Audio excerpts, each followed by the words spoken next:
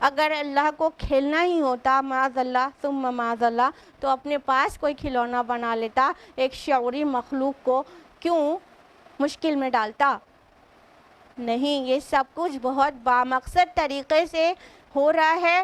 یہ کائنات میں جو کچھ بھی ہو رہا ہے وہ سب ایک یونیورسل کریشن پلان جو ہے اللہ تعالیٰ کا، اس کے تحت ہو رہا ہے.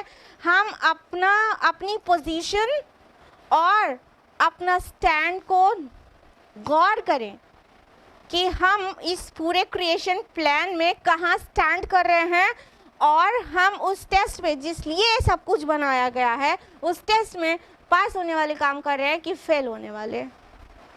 ہمیں آخرت پر کتنا ایمان ہے، ہم اپنا حساب و کتاب دینے کے لیے ہر دن ہر لمحہ کتنا کنسرنڈ ہے، کتنا نہیں ہے. تو فرمایا وہی مردوں کو زندہ کرتا ہے اور وہ ہر چیز پر قادر ہے.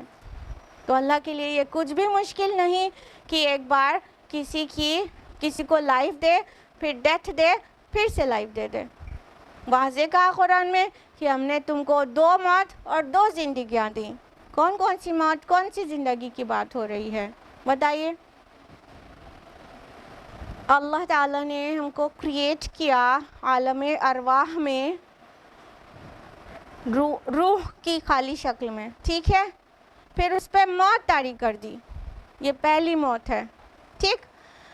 پھر وہ جو روح کی شکل میں ہم موجود تھے عالم ارواح میں، اور just for your kind information, کل عرفہ کا دن ہے اور اللہ تعالیٰ نے عرفات کے میدان سے آدم علیہ السلام کی روح کو پیدا فرمایا اور ان کی پشت سے ساری انسانوں کو جو قیامت تک آئیں گے ان کو پیدا فرمایا. اسکالرز اس کا انٹرپریٹیشن یہ بھی دیتے ہیں کہ وہ دن بھی عرفہ کا تھا، وہ پلین آف عرفہ پلیس تھی، اور وہ یہ تو حدیث سے بتا رہے ہیں، اور وہ دن بھی عرفہ کا تھا. یہ اسکالرز کا انٹرپریٹیشن ہے. تو وہ کل ہے وہ مبارک دن جس کے بارے میں بار بار کہا جا رہا ہے کہ بہت دعائیں کریں، روزہ رکھیں اور اس دن کی قدر کو پہچانیں. اور ویسے تو پورا عشرہ عبادت کا ہے، لیکن وہ کل کا دن ان سب دنوں میں سب سے خاص ہے.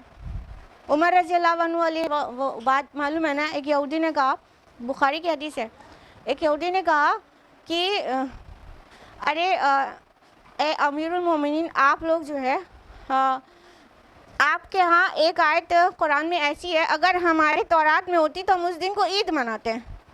تو عمر رضی اللہ عنہ نے فرمایا کون سی آیت؟ تو اس یہودی نے کہا کہ الیوم اکملت لکم دینکم واتممت علیکم نعمتی ورضیت لکم الاسلام دینا. یہ ہے سورہ مائدہ کی آیت نمبر 3 کہ آج ہم نے تمہارے دین کو مکمل کر دیا اور تم پر اپنی نعمت تمام کر دی اور تمہارے لیے اسلام کے دین ہونے پر رضامند ہو گیا. تو کہا یہ اتنی بڑی آیت ہے تمہارے کتاب میں کہ اگر ہمارے ہاں ہوتی تورات میں تو ہم اس کے نزول کے دن کو عید مناتے، اس کا سیلیبریشن کرتے ہر سال. تو عمر رضی اللہ عنہ نے فرمایا کہ ہم کو پتہ ہے یہ کب نازل ہوئی ہے اور کس کانٹیکس میں نازل ہوئی ہے. یہ آیت ایکچولی یوم عرفہ کو نازل ہوئی ہے اور جمعہ کے دن نازل ہوئی ہے. تو ہم جمعہ کو ہفتے کی عید مناتے ہیں. مطلب عمر رضی اللہ عنہ کا قول اتنا ہی تھا جو اس سے پہلے بتایا، اس کو ہم تفصیل سے بتا رہے ہیں. جمعہ کے دن نازل ہوئی ہے، یوم عرفہ کو نازل ہوئی ہے. تو جمعہ کے دن بھی ہفتے کی عید ہوتی ہے اور عرفہ کا دن بھی کتنا مبارک ہوتا ہے، اور اگلے دن ہم عید مناتے ہی مناتے ہیں. تو وہ عمر رضی اللہ عنہ کا مطلب ہم کو نہ بتاؤ، ہم کو پتہ ہے وہ خود ہی عید کا دن ہے، ہم لوگ سیلیبریٹ کرتے ہیں، تم کو نہیں پتہ کہنے کا مطلب. تو وہ کل کا دن ہے جس دن اللہ تعالیٰ نے سارے آدم سے لے کے قیامت تک کے لوگوں کی ارواح کو پیدا فرمایا ہے اور پلین آف عرفات سے پیدا فرمایا ہے. اور تو یہ پہلی جو روح کو پیدا فرمایا، پھر اس کو موت دے دی، پہلی موت ہو گئی. پھر 4th منتھ رحم مادر میں اس روح کو ایسوسیٹ کر دیا جاتا ہے باڈی سے، یعنی وہ جو ایمبریونک اسٹیجز سے ایمبریو گزرتا ہے، پھر چوتھا مہینہ جب ہو جاتا ہے تب اس کا باڈی یعنی جو فلیش ہے اس کے اندر، جو اس کے اندر فزیکل باڈی جو ہے اس کے ساتھ ایک فرشتہ آتا ہے، روح کو اس کے ساتھ اس میں ڈال دیتا ہے 4th منتھ، صحیح مسلم کی حدیث ہے، ٹھیک ہے. تو پھر اس کے بعد جب پیدا ہوتا ہے بچہ تو یہ ہو گئی پہلی زندگی، ٹھیک ہے. پہلے موت آئی ہے پھر زندگی ملی ہے. پہلے روح کو پیدا فرمایا اللہ تعالیٰ نے اور اس کو موت دے دی، سلا دیا اس کو لمبی نیند until we born، ٹھیک. جب انسان پیدا ہوتا ہے تو اس پیدا ہونے سے پہلے مدرس ووم میں اس روح کو باڈی کے ساتھ ملا دیا جاتا ہے 4th منتھ آف پریگننسی. پھر وہ بچہ پیدا ہوتا ہے، یہ پہلی زندگی ہو گئی اس کی، اور پھر اس کو آتی ہے یہ دوسری موت ہو گئی. اب دوسری زندگی بچی کہ نہیں بچی؟ اتنی گڑی آتی ہے آپ لوگوں کو؟ ہاں، 2 موت 2 زندگی، تو ایک زندگی بچی کہ نہیں بچی؟ وہ ایک زندگی بعد میں ملنے والی ہے. تو ہم لوگ صرف 2 آیات ہی کر پائے، آیت نمبر 5 اور 6. آج کے لیے اتنا ہی. اللہ تعالیٰ سے دعا ہے کہ وہ ہم سبھی کو قرآن پڑھنے اور اس پر غور و فکر کرنے، اس کی آیات پر غور و فکر کرنے کی توفیق عطا فرمائے. اللہ تعالیٰ ہم کو اپنی معرفت نصیب کر دے، اور اللہ تعالیٰ کل آپ کی اور ہماری دعائیں قبول کر لے، ہمارے لیے روزہ آسان کر دے، ہماری عبادتیں ہمارے لیے آسان کر دے، اور ہم سے اور آپ سے راضی ہو جائے. آمین یا رب العالمین. وآخر دعوانا ان الحمد للہ رب العالمین. والسلام علیکم ورحمۃ اللہ وبرکاتہ.